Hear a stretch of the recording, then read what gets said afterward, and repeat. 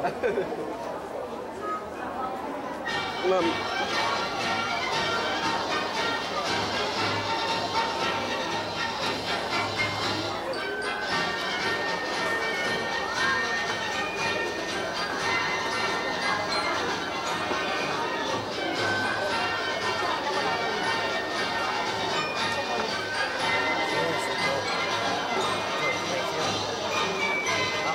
Next is Sandoval Jeneline I.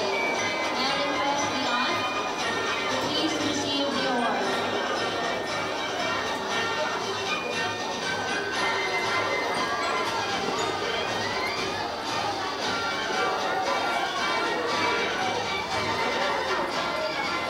May I request the aunt of Jeneline Sandoval to please receive the award.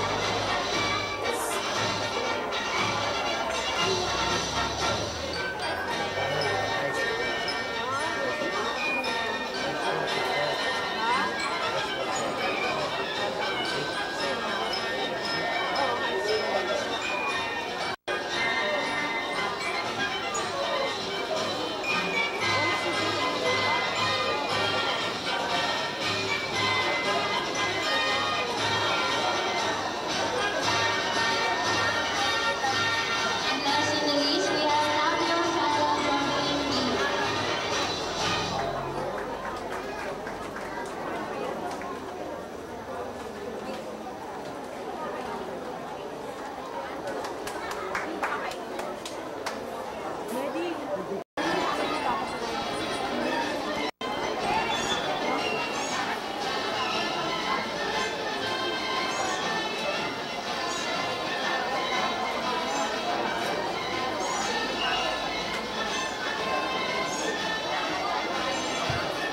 For the high school department, West Inamiling Palipunan, Rodrigo P. Manansala.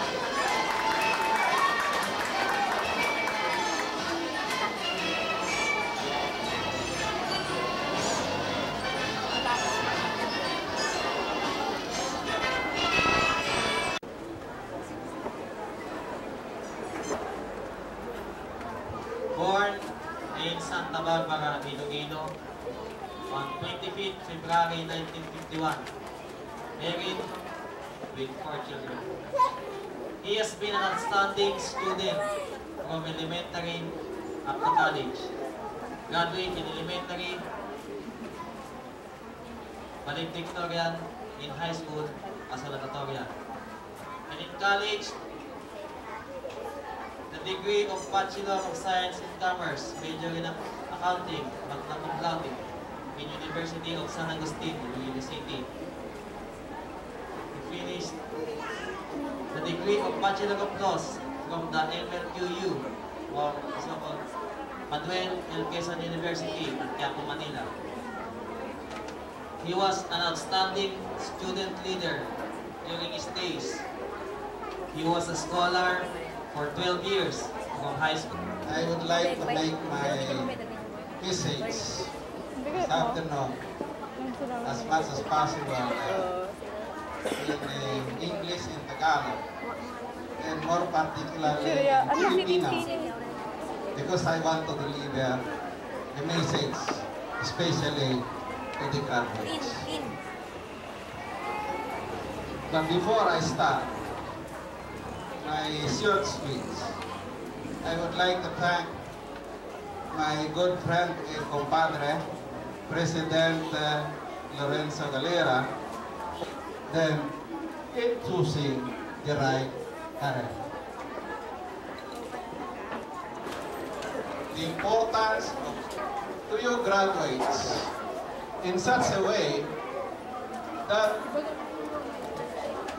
when the time comes, 10 years from now or 20 years from now, there are a lot of job openings. But how many applicants apply for that particular job? Latest study shows that there are 200 applicants for one job of that if you see a candy, Yan, Joby, nag-cute. you want that candy. And if you get the candy, you are given the particular candy, you are already happy. Alam na, alam mo? Ganyan kababaw ang kaligayahan ng tao. And you will realize that as you go along in the ladder of society, your craving for something more becomes great, becomes higher, greater perspective, in a bigger perspective. So now, you are in the high school. Kapag nilad na ko lang. Because you are already graduated in the high school.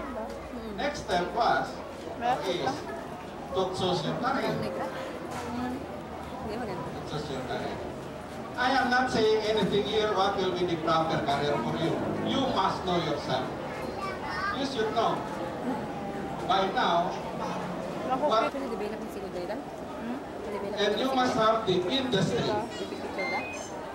You must have the industry.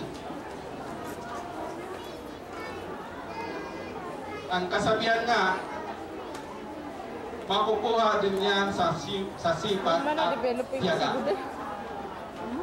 Sipag at tiyaga.